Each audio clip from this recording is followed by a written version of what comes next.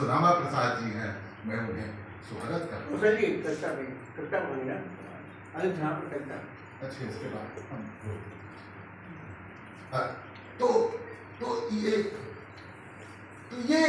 ये है कि जैसे अनिल सिन्हा के बारे में जो बात होती है कि मतलब बाहर से बहुत शांत, जो लोग भी उन्हें जानते हैं, लेकिन भीतर से धधकती आग।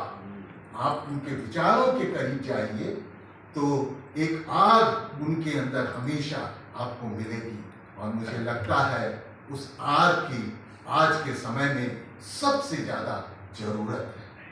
जैसे हम लोगों ने यह विषय रखा, वर्चस्व की संस्कृति और जन प्रतिरोध। तो देखिए यह कैसा दौर है, हम सब लोग के सामने यह दौर है। इसी हॉल को आपको मैं बताऊं, ये गांधी भवन है। इस हॉल को लेने के लिए हमें आज जाकर के उसकी अनुमति मिली। मतलब 5 तारीख को हम लोगों ने एप्लीकेशन दिया था, लेकिन आज जाकर के डीएसपी महोदय ने हमें अनुमति दी।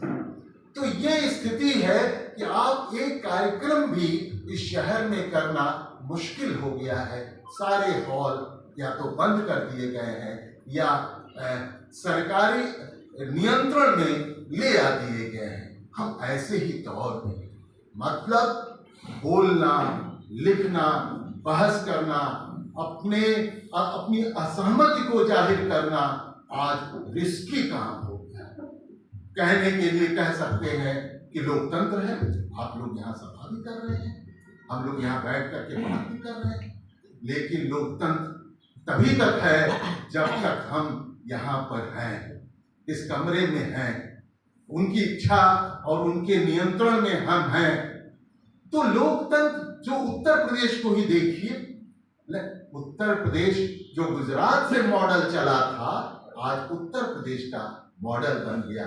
आपके सामने कुंभ महाकुंभ है, पर पूरे देश को आप देखिए तो कैसे भीड़ में बदल दिया जाए, जिसके पास तर्क न हो, बुद्धि न हो, ज्ञान न हो, विचार न हो, सवाल न हो, ऐसे दौर में हम पहुंच गए।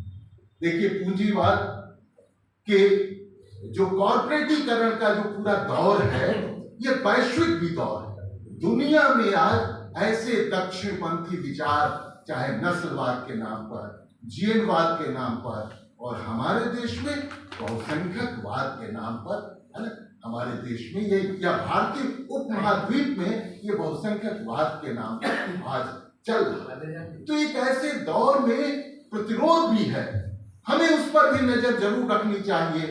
आप देखेंगे एक ऐतिहासिक घटना, शाहीन बाग की घटना एक ऐतिहासिक घटना, हमें उसे नजरअंदाज नहीं करना चाहिए कि जिस तरह से एक शाहीन बाग ने इस देश में अनगिनत शाहीन बाग को खड़ा, उसी तरह से किसानों ने तमाम अड़चनों के बावजूद 700 से ऊपर किसानों ने अपनी शहादतें देकर भी अपने आंदोलन को आगे बढ़ाया, और आखिरकार सरकार को पीछे हटना पड़ा। यह अलग बात है कि सरकार फिर से घुमा फिराकर उन चीजों को ले आने में लगी। छात्र नौजवानों के आंदोलन, आदिवासियों के आंदोलन, तो ये एक नई संभावना है।